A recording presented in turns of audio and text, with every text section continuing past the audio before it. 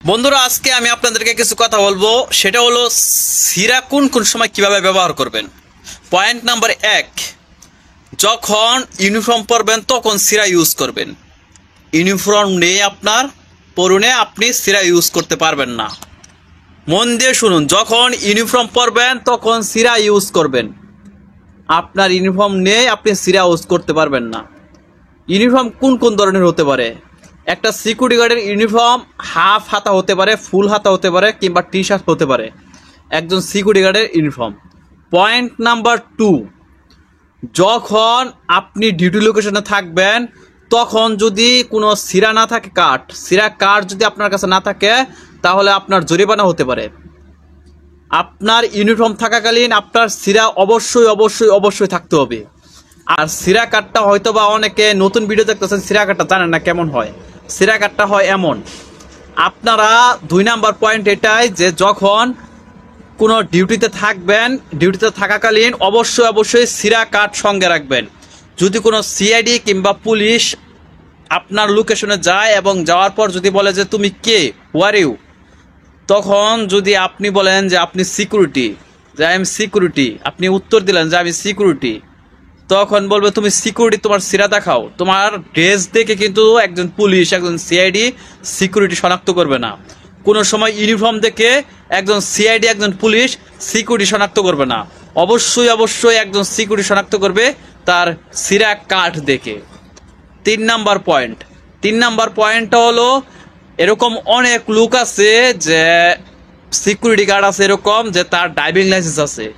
Driving licence থাকার কারণে তার এক্সপিরিয়েন্স আছে 4-5 বছরের, 4-5 বছরের এক্সপিরিয়েন্স আছে এবং ড্রাইভিং লাইসেন্স আছে, মানে সুপারভাইজার হওয়ার সমস্ত যোগ্যতা তার মধ্যে আছে। সেই জন্য কোম্পানি তাকে বলে দিয়েছে, যাও তুমি আজকে থেকে সুপারভাইজার, তুমি সুপারভাইজারের দায়িত্ব পালন করবে। সাবধান, এই দায়িত্ব আপনারা কোনো দিন পালন করতে পারবেন না।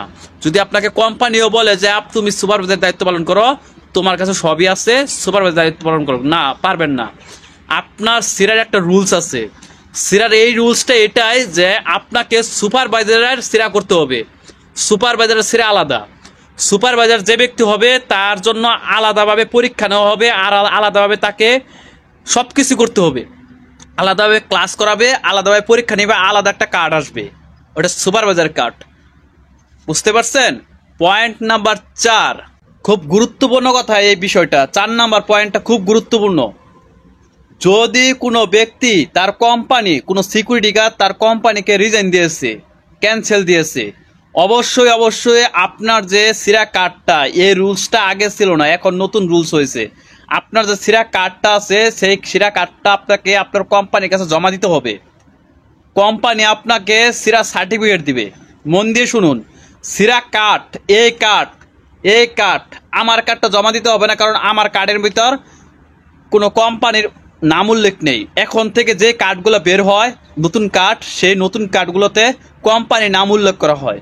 কোম্পানির নাম উল্লেখ করার প্রেক্ষাপটে সেই কার্ডটা কোম্পানির কাছে জমা দিতে হয়। আর জমা দিতে বাধ্য আপনি, জমা দিতেই হবে আপনাকে, কারণ জমা যদি না দেন তাহলে আপনার উপর ফাইন আসবে, অবশ্যই অবশ্যই ফাইন আসবে।